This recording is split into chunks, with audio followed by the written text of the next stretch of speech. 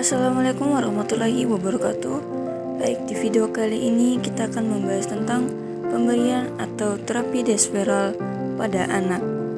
Nah, perkenalkan, nama saya Sartika Basir. Saya merupakan mahasiswi dari Stika Samana Makassar, Prodi S1 Keperawatan angkatan 2022, dan ini merupakan tahun ajaran 2024-2025. Nah, baik, langsung saja kita ke topik pembahasan. Yang pertama akan kita bahas yaitu pendahuluan, merupakan pengertian dan juga tujuannya. Terus yang kedua kontraindikasi, yang ketiga indikasi, efek samping, cara pemberian, dan SOP terapi pada desferal. Nah, teman-teman, terlebih dahulu kita harus tahu tentang apa sih itu terapi desferal. Nah, terapi desferal ini merupakan pemberian obat untuk kondisi tubuh yang mengalami kelebihan zat besi. Nah, pemberiannya ini berupa obat cair yang dilakukan dengan melalui suntikan otot, vena, atau di bawah kulit dengan cara subkutan yang diberikan melalui alat infus pump atau siring pump dalam waktu kurang lebih 8-12 jam. Nah, teman-teman harus tahu juga tentang tujuan dari terapi desferal ini apa. Nah, terapi desferal ini yaitu bertujuan untuk mendetoksifikasikan kelebihan zat besi dalam tubuh. Selanjutnya kita masuk pada kontraindikasi. Yang pertama, terapi desferal ini tidak dilakukan pada klien dengan riwayat gagal ginjal. Terus yang kedua, tidak disarankan juga pada pasien anak yang berusia di bawah umur 2 tahun, karena ini akan berisiko menjadi toksisitas yang tinggi bagi anak. Terus yang ketiga itu tidak disarankan pada pasien dengan kandungan zat besi yang minim di dalam tubuhnya. Kita lanjut ke indikasi. Indikasi pemberian terapi desferal ini yang pertama dilakukan pada klien talasemia yang rutin melakukan transfusi darah. Yang kedua, kadar zat besi di dalam tubuhnya itu lebih dari 1000 mg atau per mili. Selanjutnya, saturasi transferin lebih dari 70%, dan apabila transfusi sudah mencapai 10-20 kali atau sekitar 3-5 liter. Yang kelima, terapi desferal ini dilakukan apabila sudah mencapai 4-7 kali per minggu post transfusi atau setelah transfusi. Nah, selanjutnya terapi desferal juga dilakukan apabila desferoxamine dengan dosis lebih tinggi yaitu 60-100 mg per kilogram berat badan per hari, 24 jam per hari, 7 hari per minggu, dan dilakukan secara intravena dan diindikasikan pada pasien dengan hemodirosis berat dan disfungsi organ vital misalnya kardiomyopati dan gagal jantung. Nah, teman-teman, seperti yang ada di indikasi, adanya terapi pemberian desferal dilakukan pada talasemia, dan teman-teman juga harus tahu apa sih itu talasemia. Nah, talasemia ini merupakan suatu gangguan darah yang diturunkan dan ditandai oleh defisiensi produk lantai globulin pada hemoglobin. Nah, kenapa sih desferal ini dapat menjadi terapi bagi talasemia? Yang pertama, anak dengan talasemia itu bisa saja mengalami anemia. Nah, anemia ini akan berujung pada adanya transfusi darah. Nah, transfusi darah itu dilakukan untuk mempertahankan kadar hemoglobin di dalam tubuh.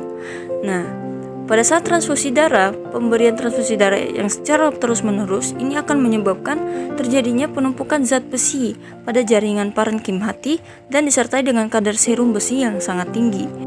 Nah, sebab itu, terapi yang diberikan pada pasien yang melakukan transfusi secara rutin yaitu merupakan terapi kelasi besi, dan salah satunya terapi kelasi besi itu terapi desferal atau desferoxamine atau bisa disingkat dengan DFO. Nah, selanjutnya kita akan membahas tentang efek samping dari pemberian terapi desferal, tapi terlebih dahulu kita harus mengetahui apa sih itu efek samping. Nah, efek samping ini merupakan suatu dampak atau pengaruh yang merugikan dan yang tidak diinginkan yang timbul sebagai hasil dari suatu pengobatan atau intervensi lain. Itu menurut Wikipedia. Nah, dan apa sih efek samping yang dapat timbul dari pemberian terapi desferal? Nah, efek samping dari pemberian terapi desferal ini yang pertama itu adanya nyeri. Yang kedua, adanya pembengkakan pada area yang disuntik. Yang ketiga, kesulitan bernafas. Yang keempat, pembengkakan wajah, bibir, lidah, atau tenggorokan. Yang kelima, penglihatan buram. Dan yang keenam itu gatal-gatal. Selanjutnya kita akan masuk pada cara pemberian terapi desferal pada anak. Yang pertama, dosis desferoxamine yang diberikan pada anak di bawah 3 tahun itu 20-30 mg per kilogram berat badan per hari dengan monitoring ketat adanya gangguan pertumbuhan. Yang kedua, anak di atas 3 tahun itu akan mendapatkan dosis 40-60 mg per kilogram berat badan per hari, dan bila mengalami gangguan jantung itu akan mendapatkan dosis 100 mg per kilogram berat badan per hari. Dan yang ketiga, rute pemberian injeksi subkutan itu menggunakan sharing pump selama 8-12 jam per 1 kali sehari sebanyak 5-7 kali pemberian per minggu. Yang keempat, jika mendapat dosis 60-100 mg per kilogram berat badan per hari, maka diberikan via infus selama 24 jam berturut-turut setiap harinya.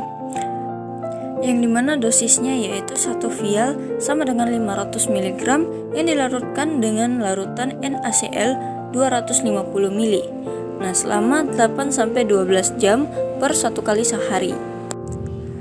Dan berikut SOP pemberian terapi Desferal yang bisa teman-teman baca.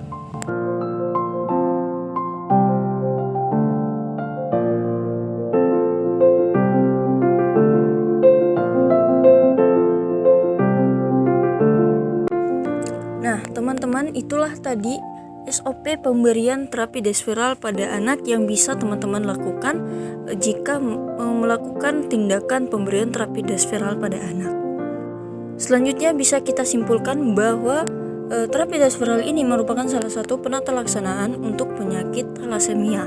Nah, Desferal atau desferoxamine itu merupakan obat cair yang pemberiannya dilakukan dengan suntikan ke otot, vena atau di bawah kulit dengan cara subkutan yang diberikan melalui alat infus pump atau portable pump atau siring pump dalam 4-12 jam. Jadi mungkin itu saja yang bisa saya sampaikan dan saya berikan kepada teman-teman semua. Semoga materi kali ini sangat bermanfaat dan bisa menjadi acuan teman-teman dalam pemberian terapi Desferal pada anak. Sekian dan terima kasih. Wassalamualaikum warahmatullahi wabarakatuh.